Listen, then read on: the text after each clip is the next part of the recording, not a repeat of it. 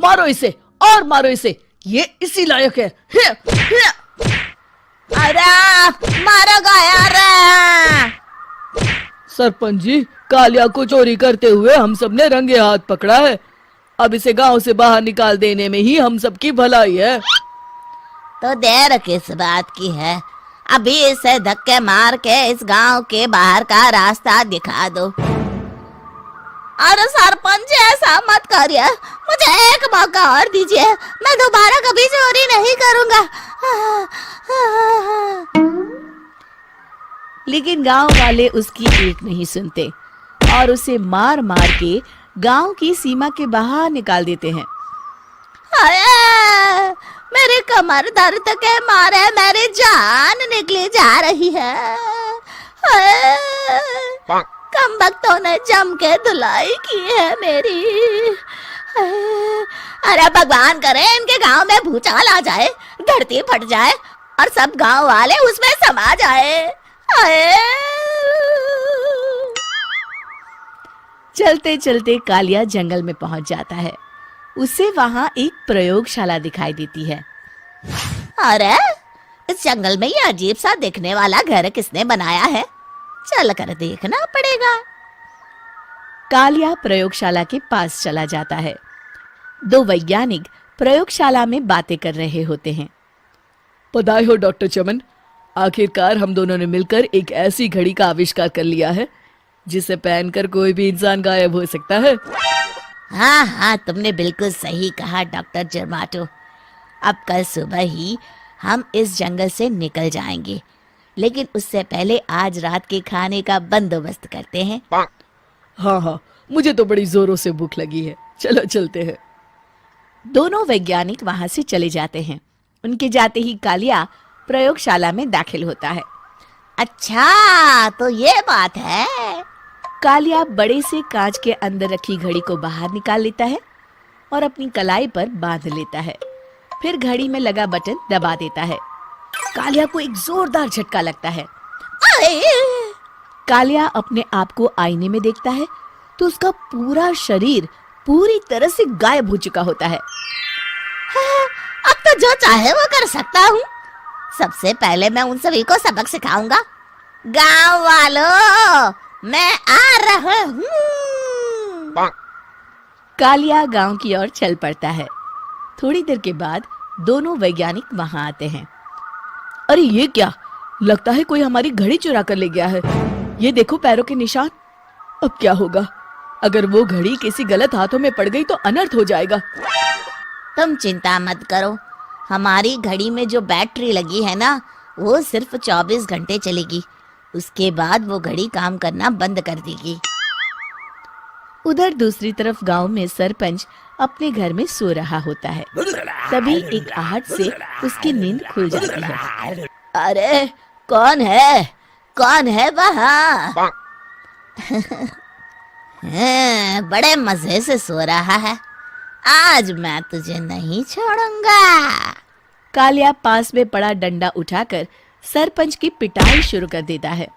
ये ले, ये और ये ले, तू इसी लायक है, ले।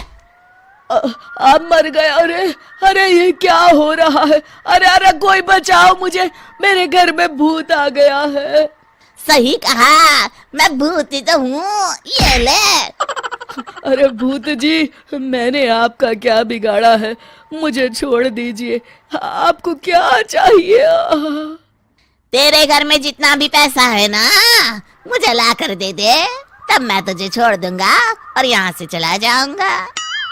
सरपंच अपनी तिजोरी से पैसे निकालकर एक बड़े कपड़े में बांधकर जमीन पर रख देता है और कालिया वो सारा पैसा लेकर वहां से चला जाता है। दूसरी तरफ जमींदार गांव के चौराहे पर खड़ा कुछ लोगों से बात कर रहा होता है। इस कमीने जमींदार ने भी मुझे बहुत पीटा था, इससे भी बदला लेना तो बनता है। हाँ? जमींदार अचानक अपने आप को चांटे मारने लगता है। अरे भाई ये क्या हो रहा है? जमींदार साहब अब ठीक तो है ना? अरे मुझे नहीं पता भाई।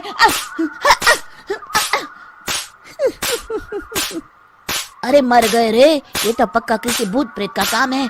जमींदार के अंदर कोई भूत आ गया है, इससे पहले कि ये हमारे अंदर आ जाए।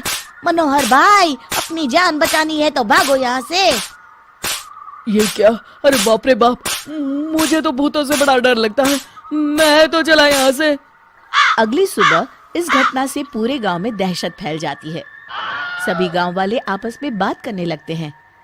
अरे भाई, पता नहीं कहाँ से हमारे गांव में एक भूत आ गया है। उसने कल रात को सरपंच और जमींदार की खूब पिटाई की और उनके सारे पैसे भी लेकर चला गया। हाँ भाई हाँ, ये भूत तो मुझे बड़ा अजीब लगता है। मेरी समझ में नहीं आता कि भूत उन पैसों का करेगा क्या। अरे तेल में पकोड़े बना के तलेगा बेवकूफ। इस बात की चिंता करके कहीं वो भूत हमारे घर में ना आ जाए। तुम बिल्कुल सही कह रहे हो आर्या, मैं भी इसी बात से घबरा रहा हूँ। अच्छा, अब मैं अपने घर जा रहा हूँ, तुम सब भी अपने अपने घर चले जाओ, उस भूत का कोई भरोसा नहीं है। हाँ। तीनों वहां से चले जाते हैं। दूसरी तरफ कालिया सारे पैसों को एक खंडर में छुपा देता है। इतने सारे रुपए तो मैंने अपनी पूरी जिंदगी में एक साथ कभी नहीं देखे। इस तरह कुछ दिनों में मैं अमीर बन जाऊंगा। आज मैं उस मोटे बब्बन को अपना शिकार बनाऊंगा। सुना है दहेज में बहुत सारे पैसे और गहने मिले हैं उसे। रात होते ही कालिया बब्बन के घर में घुस जाता है। हाँ, मिल गई तिजोरी। अब जल्दी से इसे खोलकर सारे पैसे निकाल लेता हूँ। अरे खुल जा, खुल जा। खुल गई।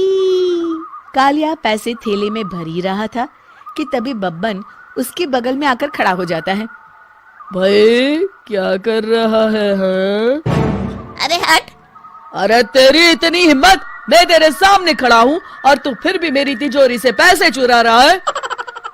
अरे मैं तो गायब हूँ, तू मुझे कैसे देख रहा है? कालिया अपनी घड़ी को देखता है। अरे इसे क्या हो गया है? हाय, लगता है बैटरी खत्म हो गई। अच्छा, तो आज मैं तेरी बैटरी अच्छे से चार्ज कर देता हूँ। अरे भाग्यवान, जरा मेरा डंडा तो लाना। ये मोटा मुझे नहीं छोड़ेगा। अरे भागो। कालिया भागकर घर के बाहर जाता है। बाहर सभी गांव वाले हाथ में डंडा लिए खड़े होते हैं। अच्छा, तो तू वो भूत है? मुझे माफ कर दीजिए सरपंच जी, मैं आपके और जमींदार जी के सारे पैसे लौटा दूंगा और आज ही हमेशा के लिए ये गांव छोड़कर चला जाऊंगा।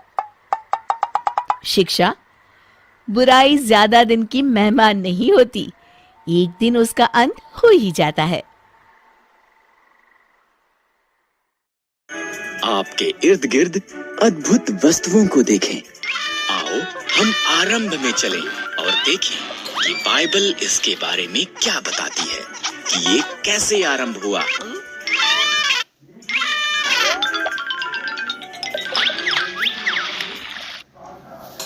आरंभ में परमेश्वर ने आकाश और पृथ्वी को बनाया।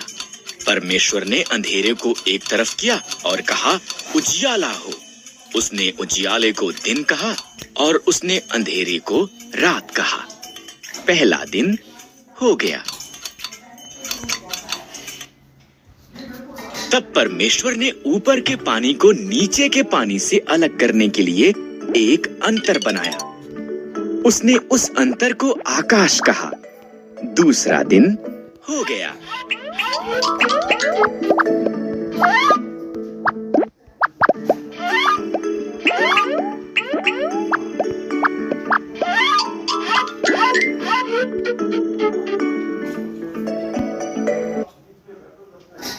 परमेश्वर ने पानी को एक स्थान पर इकट्ठा किया और सूखी भूमि दिखाई दी।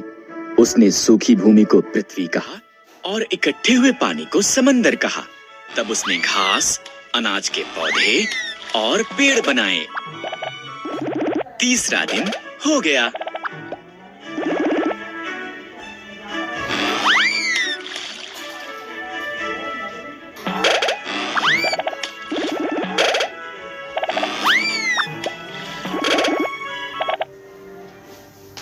तब परमेश्वर ने आकाश में ज्योतियां बनाई।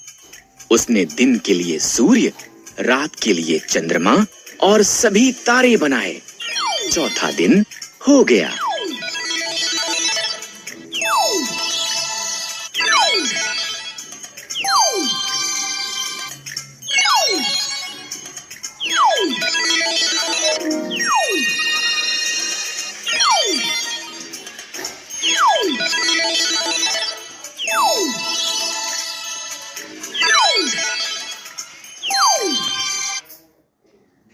परमेश्वर ने पानी में तैरने के लिए मछलियां और आकाश में उड़ने के लिए पंछी बनाए। फलों फूलों उसने उनसे कहा, संसार को संगीत और पानी में छपछपाने की आवाजों से भर दो। पांचवा दिन हो गया।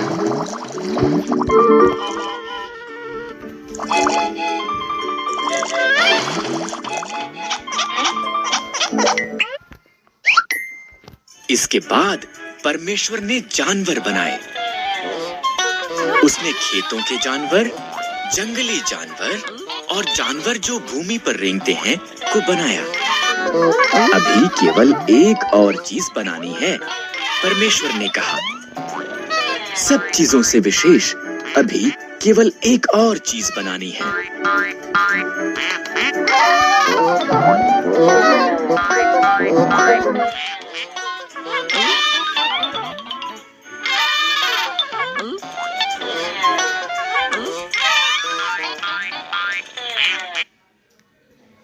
इस तरह परमेश्वर ने आदमी और औरत को उसके स्वरूप में बनाया।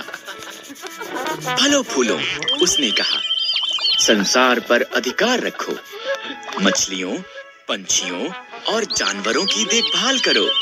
छठवां दिन हो गया।